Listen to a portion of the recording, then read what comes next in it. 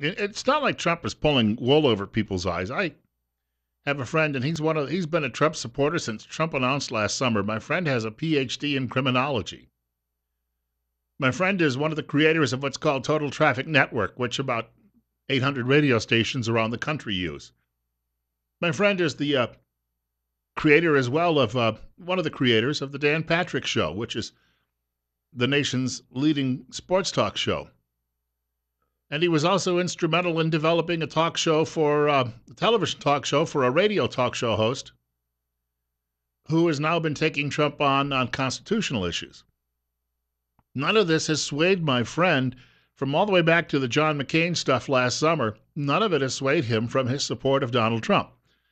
Now, a lot of people who would normally say, look, this Ted Cruz is really great. If you're a Republican, you look at him and you go, wow, he's anti-establishment. But is the anti-establishment pose, is that because it was partly designed? He knew he was going to run for president and he wanted that image? I have a lot of friends who like Ted Cruz, but I'll tell you what, even though it's not getting a lot of attention right now, these are still people who are very concerned about the fact that he was born in Canada. Is it a big deal for me? No. I've heard one of the court decisions, and I think it clears it up for me. But it's still critical to some other people out there. And you know what? Not everybody thinks exactly like you do. You got to remember that. They have other issues. And, Cruz was for TPP, that Pacific trade deal, before he was against it. He wrote an editorial in support of it. And then, like a typical politician, even if he isn't, he wetted a finger, put it up in the air and said, aha, the wind direction has changed. TPP is a bad idea. And yesterday I mentioned on Facebook, some guy really teed off on me. I said that Rubio happened to be a tool of Wall Street, the big donor class. And when the guy asked me for evidence, I said, well, Kimberly Strassel's column today would detail it at Wall Street Journal. If you wanted to go look up that for yourself and were self-reliant, you would. And I said, and Russia's deconstructing it right now. And the guy wrote back and said, Russia's a tool. Doesn't matter whether you like Rush Limbaugh or not. If he's got the evidence and facts there, then you got to pay attention to it. But if you're so dang biased, you refuse to ignore all of that, well, then how are you any different from a Trump supporter? 9:36. You're up next. You're on the air with Bill Colley at 9:36. Bill, good morning. And Bill, thanks a lot for going into topics and researching and presenting them that other people ignore. Bill, in order to counter the Hillary Clinton, Al Sharpton bad prejudice, or saying we have prejudice against the blacks, I wish that the Republican Party would get Mia Love, Representative Mia Love from Utah, and the only black senator in Congress, and give them the gavel and get them on C-SPAN as much as possible to show that we are not prejudiced against blacks. We have great black people. Hey, thank you. You look at the Democrat Party, and it's a bunch of old, tired white people. Isn't that the usual knock against the Republicans? Hillary Clinton, and then Bernie Sanders died 10 years ago. No one just knew it, and they just figured it out in the last couple of days. But you got Susana Martinez, Latino, governor of New Mexico, Republican. Mia Love, congresswoman from Utah, Republican. If you looked at her, you'd say, she's a black person. You've got Tim Scott, South Carolina, U.S. Senator, black man. You've got a fellow who served for a while in the House of Representatives but is now a spokesman for the conservative movement nationwide, Lieutenant Colonel Alan West, black man, Republican, right? You've got Governor Nikki Haley from a background, her parents were from India, Republican. You got Bobby Jindal, former governor of Louisiana, parents were from India. Yeah, the media doesn't want to talk about that sort of stuff. Or they say, well, those Uncle Toms, and again, we get right back to that. Trump is supposed to disavow a guy that he didn't even ask the guy for the endorsement. Well, this guy used to be Grand Kleagle over there. Louisiana said that people should vote for you, Donald. How come you don't go down there and punch him in the nose and tell those 20,000 voters he recommended vote for you, tell them not to vote for you, to vote for somebody else? And yet, Hillary Clinton is not asked to denounce Black Lives Matter. And Barack Obama was never asked to denounce Louis Farrakhan. The fact of the matter is, we've got some serious issues on the other side, too, as well, and no one wants to talk about that in media. Today, the Washington Post is whining because Trump says He wants libel laws toughened so he can go smack media even more in the nose. And the Washington Post is like, how dare he? This is our job. We're the guardians and the safekeepers of the First Amendment. Oh, we've abused it like hell over the last 40 years, but hey, big deal. And we're telling Americans how they should vote and why they should vote so that we can have more and more same-sex marriage and little girls can be married to old men. And won't that be great? Why do I bring that up? Well, got about 30 seconds left. I'm going to tell you about a couple of things. And this is, media cheerleading has led us to this. And it is just, when Johnny and Jimmy could get married and Joyce and Janie could get married, and then you could marry horses, cows, and pigs, it won't be long before you can marry your sister or brother or a little girl down the street. And yes, it's coming to a nation near you. We'll be talking about that in a few minutes. You wonder why Americans are mad. No, you took away our future. You took away our jobs. You told us we always had to say sorry for working hard and building the greatest industrial empire the history of the world has ever known. And now you're coming for our children. Bring them out so that we may know them. Yeah, I am ready. I'm ready to grab the pitchfork and go. I do want to remind folks before we wrap up the program today. Now, we had a guest in studio yesterday, and he was talking about some issues related to hunting in Idaho and licenses and input that they are looking for. That was Kelton Hatch for Idaho Fish and Game. Tomorrow night, they have a meeting at 6 p.m. at regional headquarters out there, as he pointed out by the Flying J, as you head out toward Jerome. And they're looking for input from hunters, from sportsmen, and sportswomen if we want to be politically correct.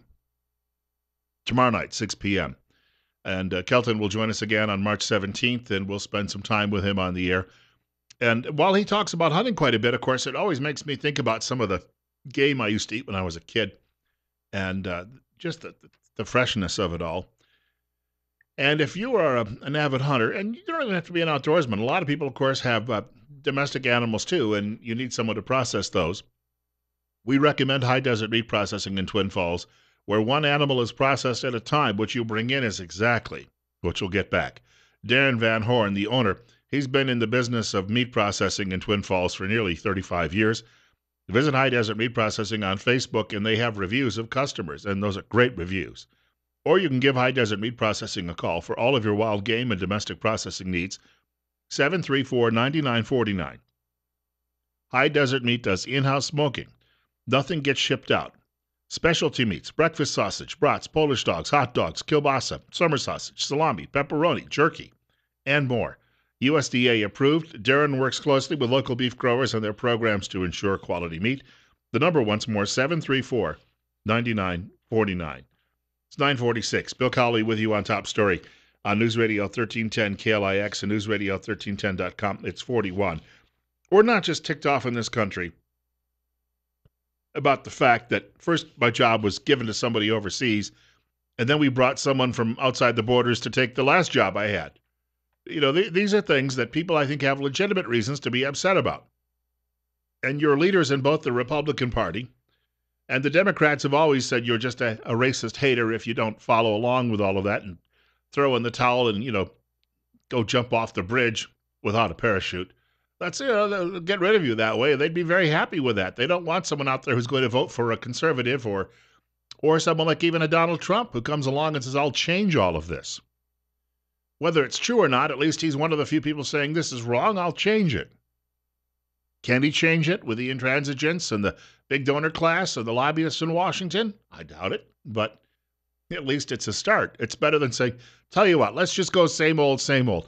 But these are not just the only things that really upset us. I raised just one child. I know people out there who raised, a dozen, if not more, or anywhere in between. Take a listen to this. Coming to a country near you. Headline from Media Research Center. Swedish Youth Party wants incest and necrophilia legalized.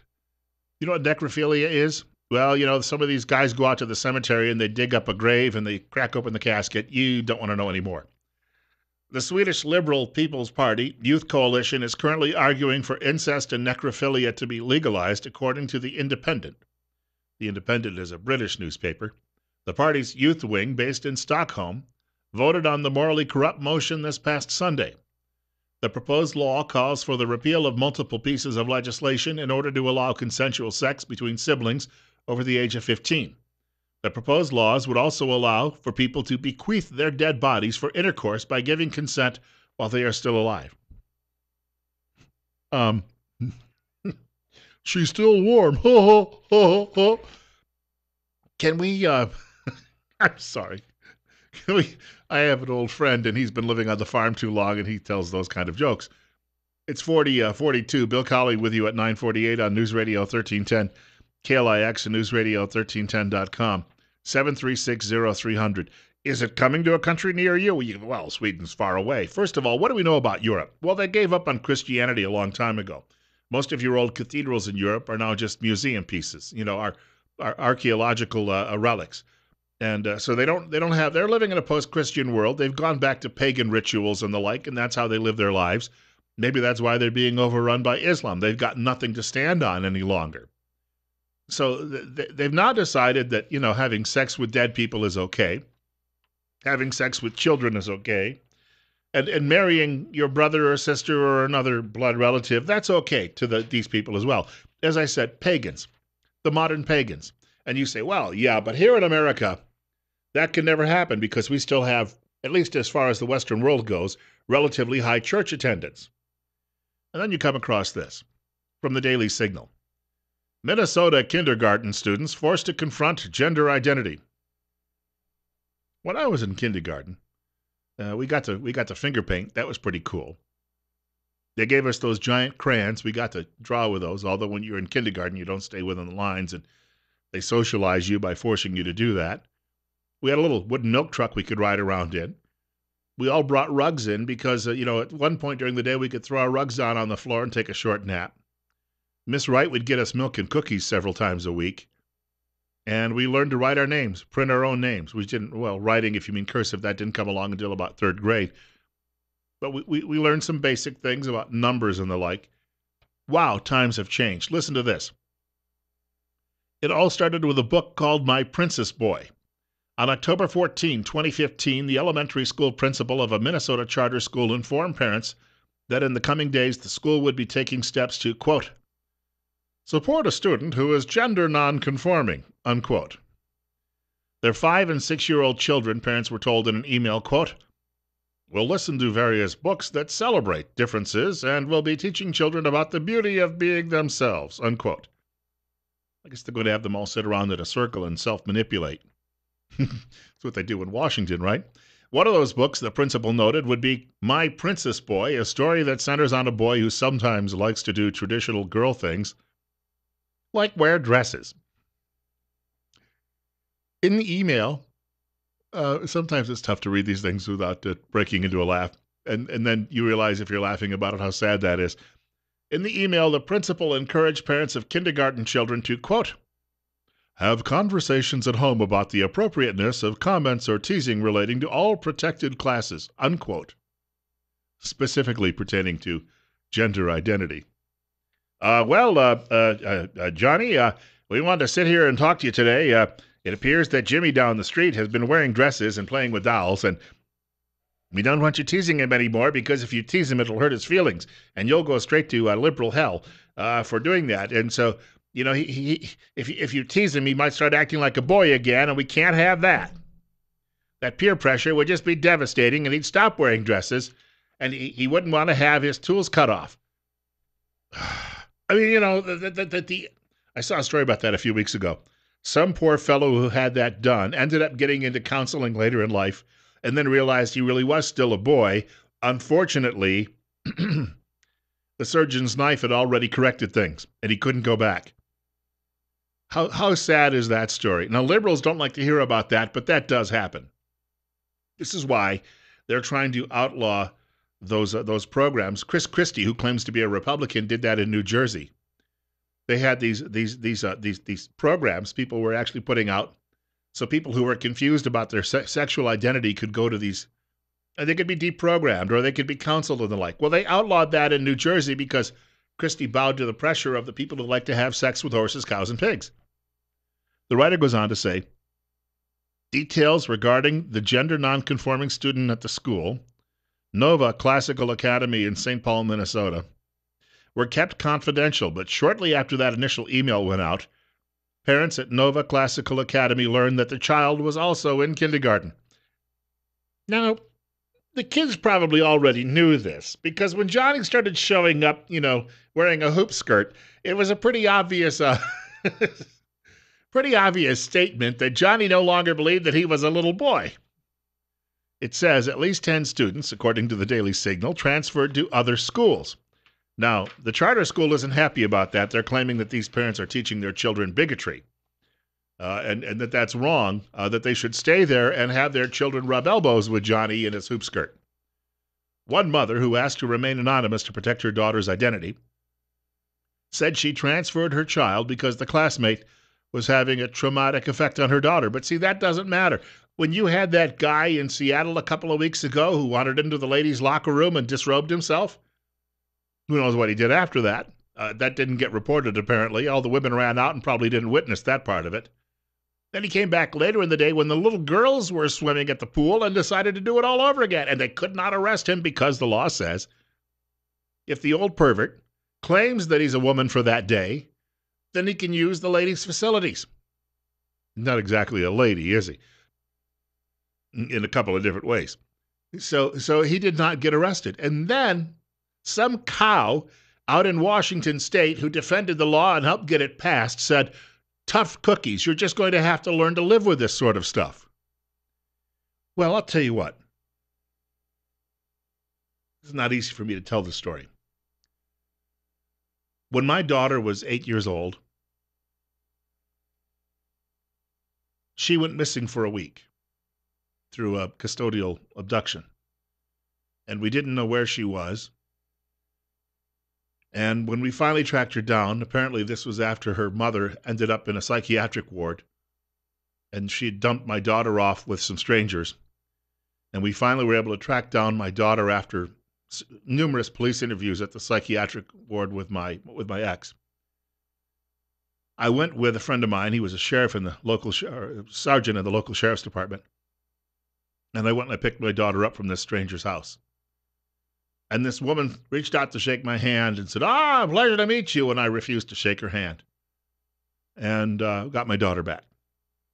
It is one of those things that if you ever go through it in life, you learn very quickly that you would kill to protect your children. I'm not making any of this up. Sergeant Burns is now retired from the Onondaga County Sheriff's Department in upstate New York. We still remain close friends. But it was one of the most trying times. I couldn't go to work that entire week. I took a lot of grief from coworkers. I couldn't tell them what was going on. I didn't intend to tell them what was going on. It was such a personal matter. But I learned at the time that when it came to my daughter, if someone got between me and her, we were going to have a death in that person's family. And I'm not kidding you. And I know a lot of other parents out there that feel the same way. If your little girl goes into that locker room in Seattle for her swimming class, and there's some 45-year-old pervert waiting for her, and he defiles your little girl, he is a dead man, I would assume, in many people's eyes. And when people tell us you're going to have to learn to live with that, no, we're not. And if someone comes along running as a candidate who seems extremist to the mainstream media and the other godless, no-good SOBs who run the Democrat Party and Hollywood and academia, I'm going to tell you right now, they're not going to be happy with my choice, my political choice. But I am going to make that choice to do what is best for the safety and security of my family. So for all of the caterwauling people are doing about the fact Donald Trump may end up with a Republican nomination for president, this is a reaction to the fact that the rest of you have absolutely lost your minds. And you are definitely taking this country on the road to perdition, and we've got to stop you. We've got to stop you right now. And if Trump is the instrument, at least for starting that process, then so be it. It's not an endorsement of Donald Trump. I'm not there yet. But I know why a lot of my fellow Americans are getting on the bandwagon. It's 9:57. Bill Colley with you on Top Story on News Radio 1310, KLIX and NewsRadio1310.com. Tomorrow on the program, we're going to have a guest from City Hall in Twin Falls. Luckily, probably a much more mild approach to what we're doing on the air. Well, you think it would be. And then also, we'll have Dr. Jonathan Tripp or one of the doctor's associates in the studio with us as well. And we'll have a discussion about a medical issue. And we'll take some of your telephone calls, too, as well. And whenever we have the medical professionals in studio, even if it's not on topic, if you've got an issue, a pressing issue, health issue, feel free to give us a telephone call. Bill Colley with you this morning on Top Story on News Radio 1310 KLIX and newsradio1310.com. God willing, if the creek don't rise, they'll allow me to do this all over again tomorrow morning between 8 and 10 o'clock. Rush Limbaugh will follow the Fox News at 10 o'clock. Sean Hannity following Fox News at 1 o'clock this afternoon. Glenn Beck tried to instruct you how to vote this afternoon following Fox News at 4. And Dave Ramsey giving you some great financial advice tonight, right here on News Radio 1310 KLIX and newsradio1310.com.